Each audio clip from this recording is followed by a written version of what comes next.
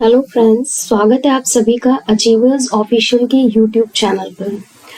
Friends, अब मैं इस चैनल के माध्यम से आप सभी से फिर से जुड़ पाऊंगी। पहले मैं किसी और चैनल के माध्यम से आप सभी से जुड़ती थी, लेकिन अब इस चैनल के माध्यम से, अचीवर्स ऑफिशियल के माध्यम से मैं आप सभी से फिर से लाइव जुड़ पाऊंगी और जीएस की प्रिपरेशन हम फिर से यहाँ से कंटिन्यू करने वाले हैं।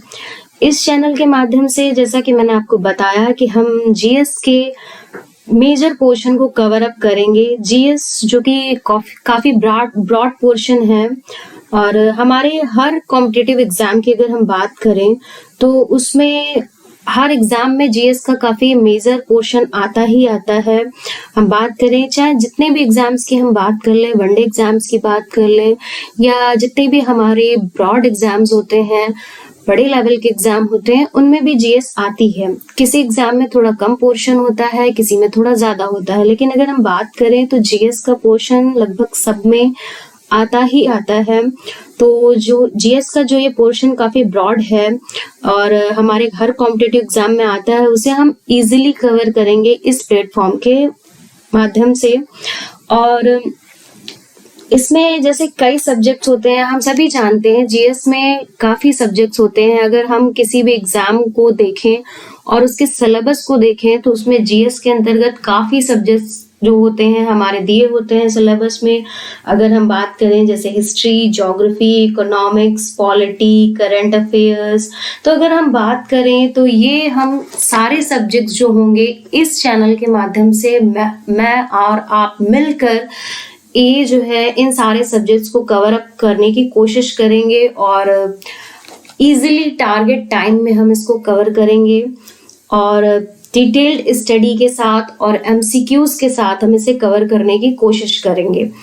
हम डिटेल सिलेबस को भी कवर करेंगे, इसमें पढ़ेंगे और उसके बाद हम इस पे प्रैक्टिस भी करेंगे एमसीक्यूज के माध्यम से।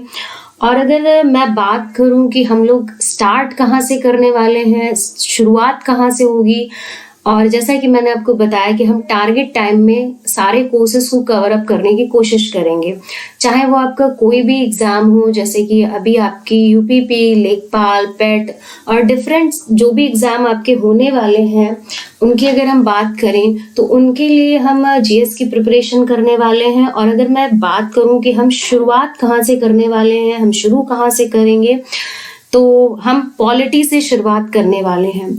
अगर मैं बात करूं पॉलिटी, यानी कि अगर मैं बात करूं इंडियन पॉलिटी के बारे में, तो आपने पढ़ा होगा, जब भी आप किसी एग्जाम के सिलेबस को देखते होंगे तो आपने देखा होगा उसमें एक पोर्शन इंडियन पॉलिटी का भी दिया रहता है, यानी कि भारतीय राज व्यवस्था। अगर हम बात करें तो भारतीय राज व्यवस्था का भी एक पोर्शन जो है आपको दिया रहता है। और अगर हम बात करें तो भारतीय राज व्यवस्था में अगर हम देखने की कोशिश करें तो भारतीय राज व्यवस्था का मतलब है कि भारत पर राज करने की व्यवस्था। अगर हम बात करें तो भारतीय राज व्यवस्था के अंतर्गत हमारा जो देश है, यानी कि अगर हम बात करें तो सबसे बड़ा जो हमारा लिखित संविधान है वो हमारे भारत का संविधान है। सबसे बड़ा संविधान, सबसे लचीला है। और अगर देखें तो ये जो हमारे शासन करने की व्यवस्था है, यानी कि इस भारत की जो हमारे राज करने की व्यवस्था है, अगर हम इसकी बात करें तो ये जो हम भारत पे राज करते हैं वो हम कैसे करते हैं, आप सभी जानते हैं। जैसे किसी पे अगर रूल करना है, किसी पे शासन करना है तो कुछ नियम होते हैं, कुछ कायदे होते हैं, कुछ कानून होते हैं, जिसे अगर बात करें तो हम सभी देशवासियों को फॉलो करने की जरूरत होती है और उसी के माध्यम से देश का संचालन किया जाता है। कुछ लोग संचालन करते हैं और कुछ लोगों के साथ मिलकर ये संचालन किया जाता है और कुछ लोगों पर होता है ये संचालन। तो अगर हम देखें तो सबसे पहले जो हमने पॉलिटी के पोर्शन को कवर करने की शुरुआत की है, तो सबसे पहले अगर हम भारतीय राज व्यवस्था का नाम आ रहा है तो इसी के साथ पैरेलल आपको एक और जो है चीज ध्यान में आ रही होगी, वो हो रही होगी संविधान। अगर हम बात करें तो इसके बाद हम बात करेंगे भारतीय संविधान की। जैसा कि हम लोग जानते हैं कि ये जो हमारा भारतीय संविधान है, ये भारतीय इंडियन कॉन्स्टिट्यूशन की अगर हम बात करें, भारतीय संविधान की, तो ये सबसे बड़ा संविधान है। और अगर हम इसकी बात करें तो भारतीय संविधान को हम नॉर्मली क्या करते हैं, एक पुस्तक के रूप में जानते हैं कि एक बहुत मोटी सी पुस्तक है जिसमें हमारे देश को चलाने की व्यवस्था लिखी हुई है। लेकिन अगर हम बात करें तो हम सिर्फ इसे पुस्तक तो नहीं कह सकते, ये एक प्रावधानों का संग्रह है। अगर हम इसकी बात करें तो अगर हम अपनी लैंग्वेज की बात करें, हमारी जो लैंग्वेज है उसमें हम इसे प्रावधानों का संग्रह कहते हैं, ना कि सिर्फ एक पुस्तक कहते हैं। आम बोलचाल की भाषा में हम इसे पुस्तक कहते हैं, लेकिन अगर इसकी बात करें हम तो ये हमारे लिए प्रावधानों का संग्रह है जिस पर किसी देश का शासन चलाया जाता है।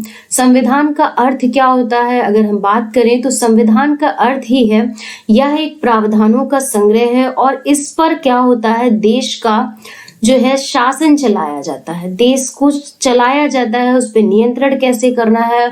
अगर देखिए, अगर हमारे ऊपर कोई शासन नहीं होगा तो जो जैसा चाहेगा वो वैसा करने की कोशिश करेगा, कोई किसी की क्यों सुनेगा, क्यों अपने नियम से नहीं चलेगा। और आप जानते हैं कि जब नियम नहीं होता है तो क्या होता है कि हमारा जो कंट्री है वो इधर उधर लोग भागने लगेंगे, हमारा देश जो है वो बिखर जाएगा। तो अगर कहें तो देश को चलाने के लिए, एकजुट रखने के लिए, उस पर एकता बनाए रखने के लिए देश पर शासन होना बहुत जरूरी है। और अगर बात करें तो ये जो देश का संचालन है इसको हम क्या कह सकते हैं, ये जो हमारा सार्वजनिक जीवन होता है, ये हमारा जो सार्वजनिक जीवन होता है इसका संचालन किया जाता है। तो यही हम कह सकते हैं कि जो हमारी राज व्यवस्था है यानी कि पॉलिटी की अगर हम बात करें तो ये एक व्यवहारिक रूप है, यानी कि एक तरह से कहें तो प्रैक्टिकल रूप होता है संविधान का। संविधान का व्यवहारिक रूप, यानी कि अगर बात करें तो संविधान तो हमारा लिखित है। अगर हम इस कॉन्स्टिट्यूशन की बात करें तो ये हमारे पास रिटन फॉर्म में है सिर्फ। और अगर बात करें इसको लागू कैसे करना है, इसको संचालित कैसे कराना है, हमारे देश के जो निवासी हैं वो फॉलो कैसे करेंगे उस रूल्स को, तो उन्हें रूल्स को और उसी प्रोसेस को फॉलो कराने का जो तरीका होता है इसी को हम क्या कहते हैं, राज व्यवस्था कहते हैं। इसी को हम राज व्यवस्था कहते हैं। और जब हम इंडियन पॉलिटी की बात करते हैं तो इसका मतलब ये है कि हम अपने कंट्री यानी अपने देश, अपने नेशन, अपने राष्ट्र की बात कर रहे हैं और हम क्या करेंगे, भारत को जो संचालित करने की व्यवस्था है वो हम पढ़ेंगे। यानी कि इंडियन पॉलिटी के अंतर्गत हम अपने देश में जो हमारे रूल्स हैं, हमारे रेगुलेशंस हैं, हमारे हक हैं, उनको हम संविधान के अंतर्गत जानने की कोशिश करेंगे। और अगर मैं इसके बाद बात करूं तो हम जो है संविधान के अलावा क्या करेंगे, संविधान को पढ़ने के लिए अगर मैं बात करूं कि हम इतने संविधान का, जैसे मैंने बताया कि विश्व का सबसे बड़ा लिखित संविधान है, तो हम उसको कैसे कवर अप करने की कोशिश करेंगे, हमें ये भी जानना बहुत जरूरी है। तो अगर मैं बात करूं तो यहाँ से अगर सबसे पहले मैं बात करूं तो हम संविधान की ऐतिहासिक पृष्ठभूमि को समझने की कोशिश करेंगे। अगर मैं बात करूं तो सबसे पहले हम संविधान की ऐतिहासिक पृष्ठभूमि को समझने की कोशिश करेंगे। देखिए, जब हम किसी चीज को जानने की कोशिश करते हैं तो सबसे पहले उसका बैकग्राउंड चेक करते हैं। सबसे पहले क्या होता है, जब भी हमको कोई बेस को स्ट्रॉन्ग करना होता है, अगर हम बात करें किसी बिल्डिंग की, जैसे कि हमें कोई बिल्डिंग बनानी होती है तो सबसे पहले हम उसकी नींव को मजबूत करते हैं। जितनी गहरी नींव होती है उतनी ही ऊंची हम उस इमारत को बना सकते हैं और उतनी ही मजबूत। तो सबसे पहले हम क्या करने वाले हैं, अपने कॉन्स्टिट्यूशन का जो है हम हिस्टोरिकल बैकग्राउंड यानी कि उसकी ऐतिहासिक पृष्ठभूमि को जो है हम लोग कवर अप करने की कोशिश करेंगे। देखेंगे कि हमारे जो कंट्री था, जैसा कि हम सभी जानते हैं कि हमारे यहाँ से संविधान जो ये था ये लागू कब हुआ था। अगर हम इस संविधान की बात करें तो ये हमारे यहाँ पे 26 जनवरी 1950 से देखें तो पूरी तरह से, अगर हम बात करें तो पूरी तरह से हमारे यहाँ पे 26 जनवरी 1950 को ये लागू माना जाता है। लेकिन अगर हम बात करें तो इससे पहले जो है बना कब, तो ये सारी चीजें भी हम इस पे कवर अप करेंगे, है ना। जैसे कि ये जानते हैं कि उससे पहले हमारे देश में क्या हो रहा था, जब हमारे देश को लिखित संविधान की जरूरत क्यों पड़ी, और उससे पहले जब हमारे यहाँ ब्रिटिश रूल हुआ करता था, क्राउन रूल हुआ करता था, तब हमारे यहाँ कैसे हमारे देश की व्यवस्था चल रही थी। और अगर हम बात करें तो कहीं ना कहीं वहीं से जब हमारे यहाँ ब्रिटिश रूल लागू होता है तभी से हमारे यहाँ पे क्या होता है, इस तरह की एक शासन की व्यवस्था यानी कि शासन की प्रणाली का आगमन होता है। तो अगर हम बात करें तो सबसे पहले हम संविधान की ऐतिहासिक पृष्ठभूमि को देखेंगे। जब हमारा देश आजाद हो रहा था तब हमें उस जो हमारे देश का शासन था उसको चलाने के लिए जिस व्यवस्था की जरूरत पड़ी थी उसी को हम संविधान कहते हैं। और अगर हम बात करें तो सबसे पहले हम देखेंगे हमारी कंट्री को संविधान की जरूरत पड़ी क्यों। ये जो इसका हिस्टोरिकल बैकग्राउंड है, ये बनता कैसे है, इसके बनने की शुरुआत कहाँ से होती है और इसकी जरूरत की बात करें अगर हम, तो ये इसको हम सबसे पहले कवर अप करने की कोशिश करेंगे इस हिस्टोरिकल बैकग्राउंड को। और देखेंगे उसके बाद जब हम उसके बैकग्राउंड को समझ लेंगे तब हम देखेंगे ये संविधान का निर्माण यानी कि कॉन्स्टिट्यूशन मेकिंग। अगर हम बात करें तो संविधान का निर्माण, अच्छा हमें जरूरत पड़ी तो अब हमें उस चीज को बनाना भी तो पड़ेगा, उस चीज का निर्माण भी तो करना पड़ेगा, इसलिए अब हम संविधान का निर्माण करेंगे। और संविधान के निर्माण यानी कि एक पुस्तक, जैसे मैंने आपको बताया, सबसे बड़ा लिखित प्रावधानों का संग्रह है। तो आप सभी जानते हैं कि जैसे ही आप कोई बुक खरीदते होंगे तो आपने देखा होगा सबसे पहले क्या करते हैं, जब हम उसका पन्ना पलटते हैं तो देखते हैं कि उसपे प्रस्तावना का एक पृष्ठ जरूर दिया होता है। तो इसी तरह अगर हम बात करें हमारे यहाँ कॉन्स्टिट्यूशन की, तो उसमें भी एक सबसे बड़ा पोर्शन प्रियम्बल का दिया हुआ है। और अगर हम बात करें तो इस प्रियम्बल को जब हम संविधान के निर्माण को देखेंगे उसके बाद हम उसकी प्रस्तावना को देखेंगे और उसके अंतर्गत कुछ पार्ट्स, जैसे कि आपने देखा होगा आपकी बुक में कुछ यूनिट होते हैं, यूनिट के अंदर चैप्टर्स डिवाइड होते हैं, तो वही जो पार्ट्स होंगे वो उनको हम भाग की श्रेणी में रख सकते हैं।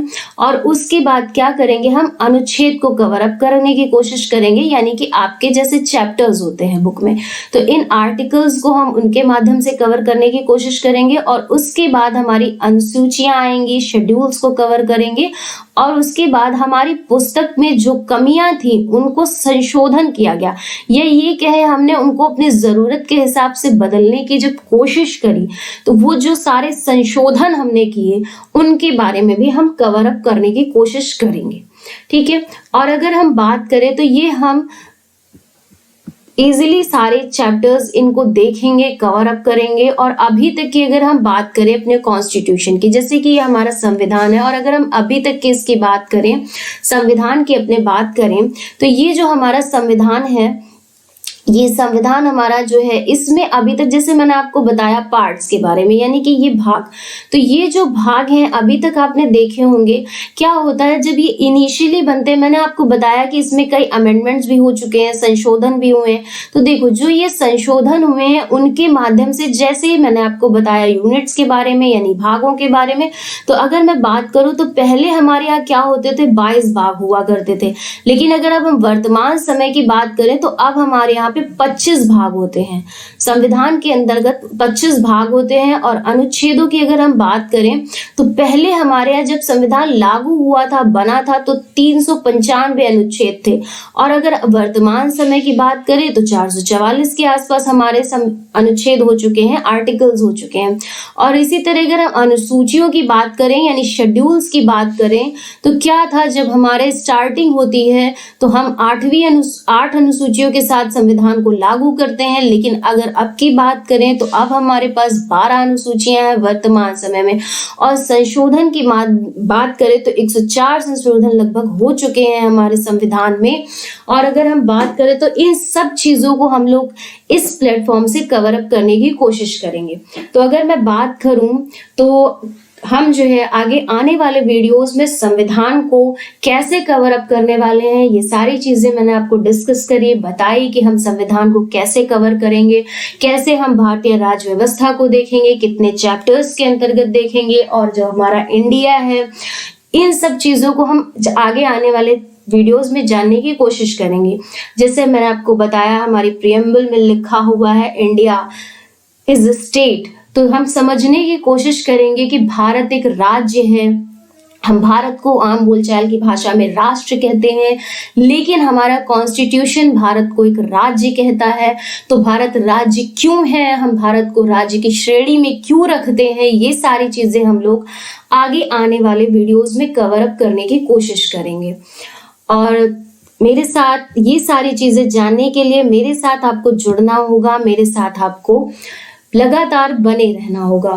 तो आज जो भी लोग इस वीडियो को देख रहे हैं, मेरी उनसे रिक्वेस्ट है कि please do subscribe my channel और प्रेस लाइक बटन। अगर आपको ये वीडियो अच्छा लगा है तो आप लाइक बटन जरूर प्रेस करिएगा और नोटिफिकेशन बेल को जरूर हिट कर लीजिएगा, ताकि आपको मेरे आगे आने वाले वीडियोस की नोटिफिकेशन इजीली अवेलेबल होती रहे और जो भी कॉन्सेप्ट हैं वो आपको इजीली क्लियर होते रहे। तो आगे आने वाले वीडियोस में हम धीरे धीरे से सारे पॉलिटी के सारे चैप्टर्स को कवर करेंगे और सिर्फ पॉलिटी ही नहीं, हम जीएस के सारे पोर्शंस को कवर अप करने की कोशिश करेंगे, देखेंगे, प्रिपरेशन करेंगे और एग्जाम्स को इजीली क्रैक करेंगे।